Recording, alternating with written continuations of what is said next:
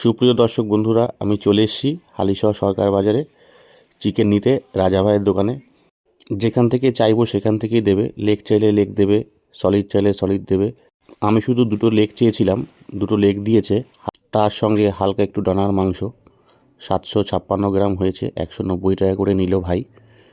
সুন্দর করে পিস করে কেটে দেয় এবং ক্লিন পরিষ্কার করে দেয়। এই রাজা ভাইয়ের দোকানের মাংসটা খেতে খুব সুস্বাদু, নরম হয়। তার জন্যই এই ছুটে আসি রাজা ভাইয়ের দোকানে মাংস কেনার জন্য। দেখুন কি সুন্দর করে কাটছে, একদম ছোট ছোট করে পিস করে সুন্দর করে কেটে দিচ্ছে।